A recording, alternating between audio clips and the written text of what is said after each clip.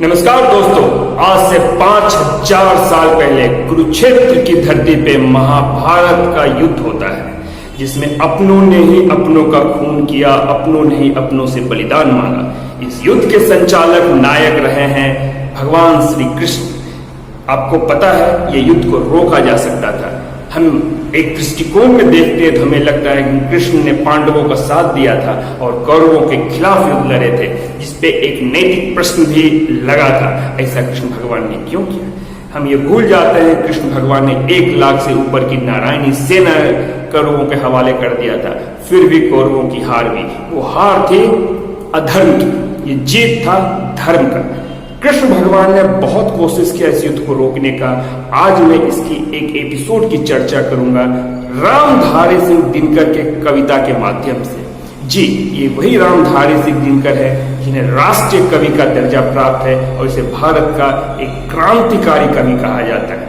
उन्होंने उस 5000 साल पुराने घटना को अपने शब्दों में जो पिरोया है, आपको ऐसा महसूस होगा कि शायद रामधारी सिंह दिनकर ने उस समय उपस्थिति होकर के इस युद्ध को पूरा नजरों से देखा था, संजय की तरह। ये घटना है पांडवों के वनवास से वापस आने के बाद। भगवान श्री कृष्ण कौरव के पास जाते हैं और दुर्योधन से याचना करते हैं। जी, भगवान होकर वे उनसे याचना करते हैं। भगवान ने पांडव के लिए कौरवों से याचना की कि इन्हें 5 गांव दे दो। अगर इनके बराबर के हिस्से जो देना चाहिए तुम्हें भाई को, अगर वो नहीं भी देते हो, इनको जीवन निर्वाह करने के लिए कम से कम 5 ग्राम दे दो, ताकि ये वहीं पर रहेंगे, अपनों का पेट भरेंगे और आगे की जिंदगी निर्वाह करेंगे। लेकिन अहंकारी दुर्योधन के मन में तो कुछ और था। विध्वंसक दुर्योधन के मन में रक्त पिपासा भर रहा था और उसे ये 5 गांव देना भी कबूल नहीं था। उन्होंने साफ कहा कि मैं इसे 5 गांव की बात करते हो, मैं तो सुई के नोक के बराबर इन्हें जमीन ना दूं। ये सुनकर के कृष्ण भगवान पूरे गुस्से में आ जाते हैं और जब वो याचना करते हैं और उस याचना के बाद वो अपना विकराल रूप में दिखाते हैं, बोलते हैं, हाँ दुर्योधन, बांध मुझे, तेरे पास जंजीर है तो लेके आ, बांध मुझे, और तुम जो हानि पहुंचाना चाहते हो पहुंचा के देख मुझे। ये पूरा संसार मेरे अंदर है, ये पूरा विश्व मेरे अंदर है। इन्होंने अपना विकराल रूप दिखाया। इसमें कहते हैं रामधारी सिंह दिनकर जी, जब नाश मनुष्य पे आता है, जब नाश मनुष्य पे आता है, पहले विवेक मर जाता है। जी हाँ मेरे दोस्तों, आज भी हम इससे सीख ले सकते हैं। हम काफी बार ऐसी घटनाएं को अंजाम दे देते हैं, जाने में और अनजाने में, और खास करके हम जानते हैं अगर हम किसी का बुरा करना चाहते हैं तो समझिए आपकी नाश का बेड़ा है, आपके लिए वहां से नीचे गिरने की शुरुआत होती है। तो आगे इस कविता में आगे के शब्द रामधारी सिंह दिनकर के हैं, मेरे आवाज होंगे, आप उन्हें सुने और इससे सीख। मैत्री की राह बताने को, सबको सुमार्ग पर लाने को, दुर्योधन को समझाने को, भीषण विध्वंस बचाने को, भगवान हस्तिनापुर आए, पांडव का संदेशा लाए। दो न्याय अगर तो आधा दो, पर इसमें भी यदि बाधा हो तो दे दो केवल 5 ग्राम। रखो अपनी धरती तमाम, हम वहीं खुशी से खाएंगे, परिजन पर आस न उठाएंगे। दुर्ग न सका, आशीष समाज की ले न सका, उल्टे हरि को बांधने चला, जो था असाध्य साधने चला। जब नाश मनुष्य पर छाता है, पहले विवेक मर जाता है। हरि ने भीषण हुंकार किया, अपना स्वरूप विस्तार किया। डगमग डगमग दिग्गज डोले, भगवान कुपित होकर बोले, जंजीर बढ़ाकर साध मुझे, हाँ हाँ दुर्योधन बांध मुझे। यह देख गगन मुझ में है, यह देख पवन मुझ में है, मुझ में विलीन झंकार शकल, मुझ में लय है संसार सकल। अमृत तो फूलता है मुझ में, संहार झूलता है मुझ में। उद्य चल मेरा दीप्त भाल, भूमंडल बक्ष स्थल विशाल।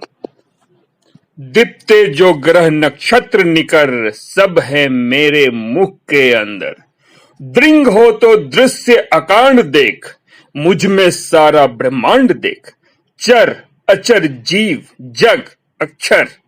नश्वर मनुष्य सुर जाति अमर, शतकोटि सूर्य शतकोटि चंद्र, शतकोटि सरित सिंधु मंद्र, शतकोटि विष्णु ब्रह्मा महेश, शतकोटि विष्णु जलपति धनेश, शतकोटि रुद्र शतकोटि काल, शतकोटि दंडधर तोकपाल। जंजीर बढ़ाकर साध इन्हें, हा दुर्योधन बांध इन्हें। भूलोक अतल पाताल देख, गत और अनागत काल देख। यह देख जगत का आदि सृजन, यह देख महाभारत का रण। मृतकों से पटी है भू है, पहचान पहचान कहां इसमें तू है। अंबर में कुंतल जाल देख, पद के नीचे पाताल देख। मुट्ठी में तीनों काल देख, मेरा स्वरूप विकराल देख। सब जन मुझी से पाते हैं, फिर लौट मुझी में आते हैं। जिह्वा से करती ज्वाल सघन, सांसों में पाता जन पवन। पर जाती मेरी दृष्टि जिधर, हंसने लगती है सृष्टि उधर। मैं अभी मूंदता हूं लोचन, छा जाता चारों ओर मरण। बांधने मुझे तो आया है, बांधने मुझे तो आया है। जंजीर बड़ी क्या लाया है। यदि मुझे बांधना चाहे मन, पहले तो बांध अनंत गगन। यदि मुझे बांधना चाहे मन, पहले तो बांध अनंत गगन। सुने को साध न सकता है, वो मुझे बांध सकता है। हित वचन नहीं तूने माना, मैत्री का मूल्य न पहचाना। हित वचन नहीं तूने माना, मैत्री का मूल्य नहीं पहचाना। तो ले मैं भी अब जाता हूं, अंतिम संकल्प सुनाता हूं। तो ले मैं भी अब जाता हूं, अंतिम संकल्प सुनाता हूं। याचना नहीं अब रण होगा, जीवन जय या कि मरण होगा। टकराएंगे नक्षत्र निकर, बरसेंगे भू पर वही प्रखर।